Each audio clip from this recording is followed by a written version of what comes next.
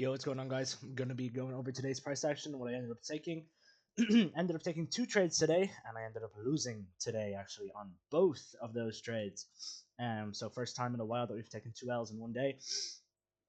My rules are, to be fair, not to take more than two trades, or not to take a trade if I take a loss. But I was just super confident in this draw. I still probably shouldn't have taken the second trade. The first one was better in my opinion, and the second was also good. Both statistical losses, to be honest, but there was a few things wrong with it. I'm going to go over that today. Um, so yeah, coming into the market today, low key,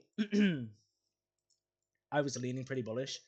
I know a few people were leaning bearish today, but for me, just from how we've been reacting with this 4 hour and of how we've been disrespecting bearish and respecting bullish, especially within this range and this leg of price right here, I just felt like these 4 hours that we were in were just sort of redundant. I'm not gonna lie. Like if you look down here as well, we inversed this 4 hour on Monday, and then we respected this 4 hour, made a move higher. We're just disrespecting bearish and respecting bullish, and we do have these two pretty big 4 hours that were right here. But again, just how we've been reacting off of these gaps, I just don't really see them as something significant, and I feel like this higher time frame bearish move has kind of already played out. And yeah, my draw on liquidity did get hit today. My draw on liquidity was this right here, which was previous week high. So definitely not wrong with my bias today or anything. Definitely got 100% unlucky on the first trade, and the second one, it was kind of avoidable, I'm not going to lie, but we're going to go over it now. So, coming into today, again, leaning bullish due to those reasonings that I just mentioned there. Again, I was correct with these two 4 hour gaps as well. Because, like, again, if we just look at these 4 hour gaps, look what we've been doing in them, right? We tap this 4 hour gap. Do we actually deliver lower?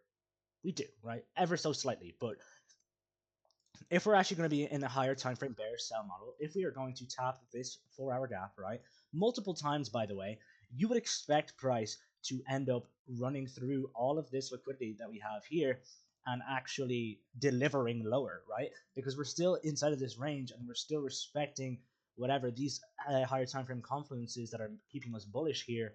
And then we retrace to the gap, have a little sell off, and then retrace again. Like this gap was just not really holding power, in my opinion, right? That's just simply due to the reason that we failed to distribute lower and close below, or like sweep out these lows. We failed to move lower down to these external lows, which aren't even protected lows. Like these are low resistant lows. These are not inside of anything significant, not inside of any gap,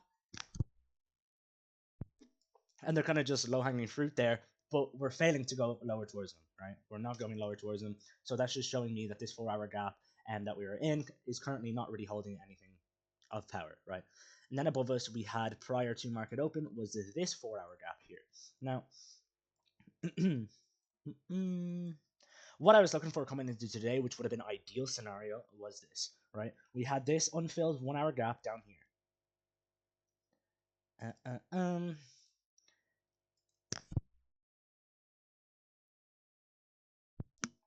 And we also had a 4 hour below us as well. But I wasn't really looking for price to come down to this 4 hour. If it did, cool, whatever. But to be honest, this 1 hour for value gap that we had here was looking pretty nice. The reason being is because we inverse this 4 hour, and a 1 hour is just a good point to reject off. And we also tapped this hourly gap here, which was in Asia session. And we also ended up no, we didn't respect it. I don't know what I'm talking about. But anyway, we did have that 4 hour below. So those were like kind of my things that I wanted to see a retrace to. We could have hit this 4 hour, but this 1 hour was sort of like my condition. I was looking at it like this in the sense that if we want to run through this, if we want to start displacing through this 4 hour on market open, I can expect price to definitely go down and trade towards that 4 hour gap that we had, and then look for longs from there if we had good structure. Or we can just retrace into this hourly gap here and take out some intermediate lows, being 15-minute swing lows here, and then look for longs there with decent structure higher to target and potentially the draws on liquidity being this unfilled 4 hour gap. And my draw on liquidity for today wasn't even really going to be previous week high. I didn't expect us to move that high today. It was definitely going to be my draw on liquidity for today or tomorrow, but it ended up getting smashed today, which is interesting. Super bullish price action today.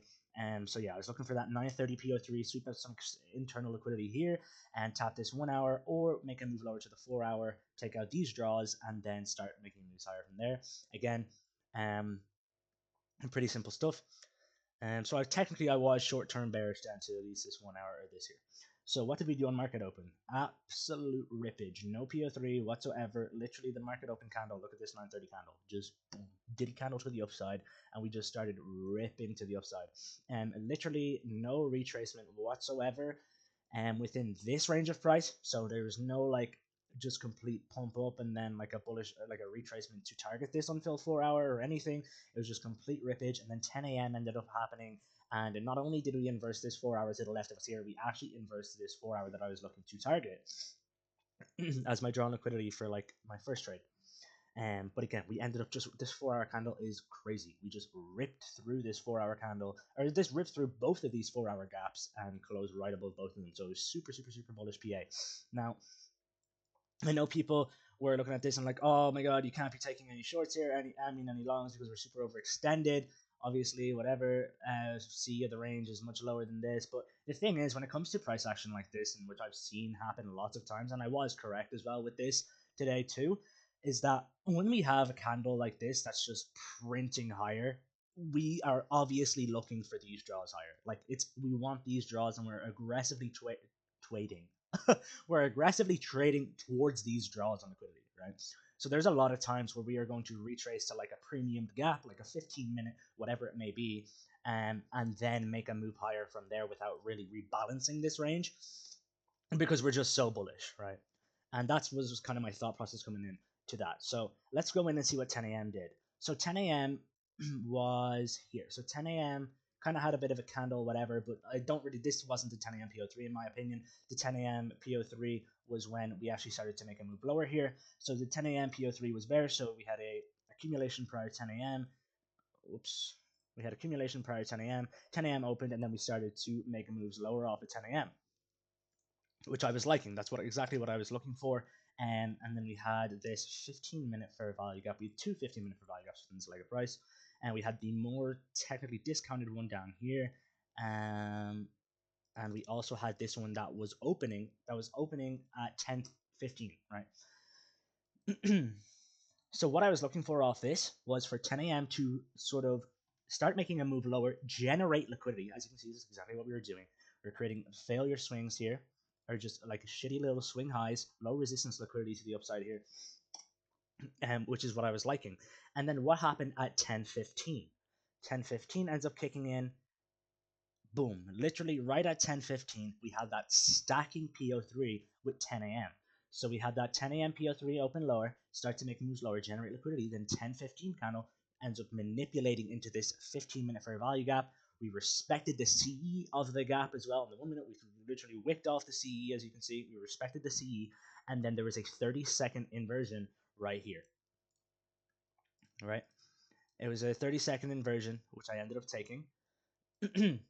And I was targeting with this trade the unmitigated 5-minute fair value gap that we had in this leg of price, which was this right here.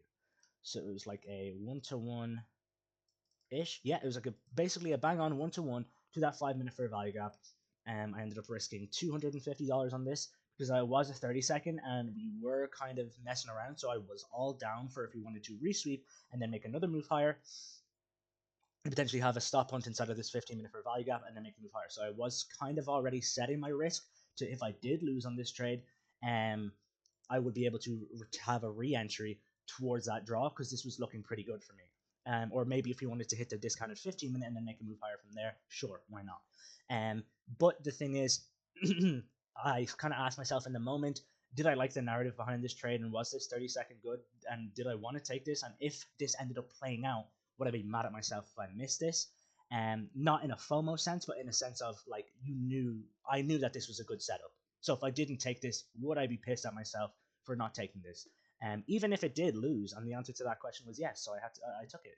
And I ended up unfortunately getting wicked out, which is just completely nothing I can do, out of my control. I would rate this setup A, just because of the narrative and the higher time frame, and just how we were clearly bullish with clear draws higher as well.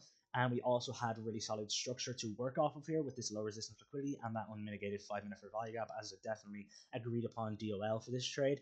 And yeah, so it is what it is, completely out of my control. And the Nasdaq the S&P 500 didn't do this, so the Nasdaq ended up resweeping, and then we ended up creating an SMT here and a stop point inside of this 15-minute fair value gap, and then we ended up making that move higher towards that 5-minute gap, which was just unfortunate. And for me, there was just no really valid entry after we had this resweep. I was looking for another 30-second to take. There was a 15-second, but I'm sorry, I'm not taking a 15-second. That's trash. But this was a pretty obvious move, but I just couldn't justify myself getting in on this. And the way we printed towards this 5 minute was just pretty whack. Like we were just rejecting wick, and we are just like moving higher towards it. But yeah, if you wanted to take the 1 minute CISD after the entry here, sure. But again, that rejection wick on that candle is fat, so it's trash. And you could have had your stop loss anywhere here, targeting just that unfilled 5 minute gap, or just going for a 1-to-1. No matter how you played this, if you just went for a 1-to-1 here, you would have hit take profit. And so it is what it is. And then the second trade I ended up taking, I was looking at this and I was like, okay, cool. If we are truly going to be bullish here, what are we going to do? This is a premium 5 minute fair value gap, right? And when we have a premium 5 minute fair value gap, if we are going to be bearish and generate more liquidity and then make a move lower, maybe to this 30 minute that we were opening at 10:30, which was 5 minutes after this 5 minute close, we should respect this 5 minute gap and make a move lower to this 30 minute, generate more liquidity on the way down just to give us more targets to target on the way up, right? But we ended up inversing this premium 5 minute, right? So that's a premium 5 minute that if we were going to be bearish, you'd want to see get disrespected. So that was like kind of my condition for what price was going to do next. And we ended up inversing this 5 minute gap in one candle, like instantaneous inversion. Now, the inverse on this wasn't the best for sure. Like the displacement was really good, but through the gap, it wasn't good. Like I did low-key have to like kind of zoom out my chart a little bit to see if this inversed. So I guess that was also a bit meh. I wasn't a huge fan of it, but I did like the narrative. Again, the exact same narrative as the 30-second down here. And we did have agreed upon, we had very strong draws higher as well. For this trade, I was simply just targeting a 1-to-1. I think my stop loss was like right here, around like the body of this candle, and I was just targeting 40 points with this, so just like right here. And break even at this this high right here too. Break even right here. And of course, as you can see, we ended up getting slammed out on that as well. So it is what it is. Was this loss avoidable? Technically, yeah. This loss was avoidable. Reason being is because we were overextended and we did open up at 30 minutes, so you are risking the fact that we could potentially manipulate lower to that 30 minute and then make a move higher, like we did end up doing today. But like if we are going to have a retrace down to that 30 minute, do you want to see this 5 minute premium 5 minute get inverse before that happens? Not really, right? Not really. So that the reason, yeah, that premium 5 minute was sort of my condition for like if we were going to end up retracing to that 30 minute, and if we ended up inversing this 5 minute, which we did, I was just looking at that 30 minute as a breakaway gap, right? But as you can see, we ended up retracing to that 30 minute there, and still a premium to retrace, by the way. Still not like the best looking retrace. It is just a retrace to a premium to 30 minute, or the premium side of this range anyway. And then from there, it was I don't know, it was like 11 a.m. or whatever. From there, we just started moving sideways, and then finally we did have that distribution move higher all the way to all those draws on liquidity. Oh my god, holy candle! And slammed them all out there. So yeah, those were two realistically statistical losses. I'm not going to lie to you. And the 30-second, in my opinion, was borderline A plus. The only way it would have been more A plus was if we retraced to the discounted 15 minute, and if ES hit the 30 minute, which it was kind of edging. But I really like this trade. I think it was definitely A rated. I would take it again. The way we got wicked out here and then ran to TP is just tragic. It is what it is. There's literally nothing I could do about that. And then for the 5 minute, was this an avoidable loss? I guess so, because it was premiumed in a sense, and we did reject off a premiumed gap. But again, like I love the displacement here, and then these draws were just looking too obvious for me not to take. So again, it was sort of a question: would I be pissed at myself if I didn't end up taking this trade, because it was everything that I was low-key looking for, and it was my conditions and what I was talking through with myself as I was looking at this trade. So it is what it is. For the proof as well, it doesn't show my executions because later on I probably should have taken a screenshot before, but we are down $500 today, so the account is now in drawdown. And I ended up risking 1% total today, so I'm like down $515 or whatever it may be. And we are in drawdown on this funded, but that is completely fine. I know I'm going to bring this back for sure.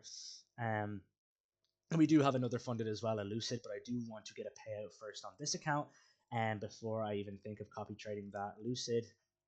So yeah, we are just focusing on one account for the moment. We do have a second account as well, just chilling there for the time being. But yeah, it is what it is.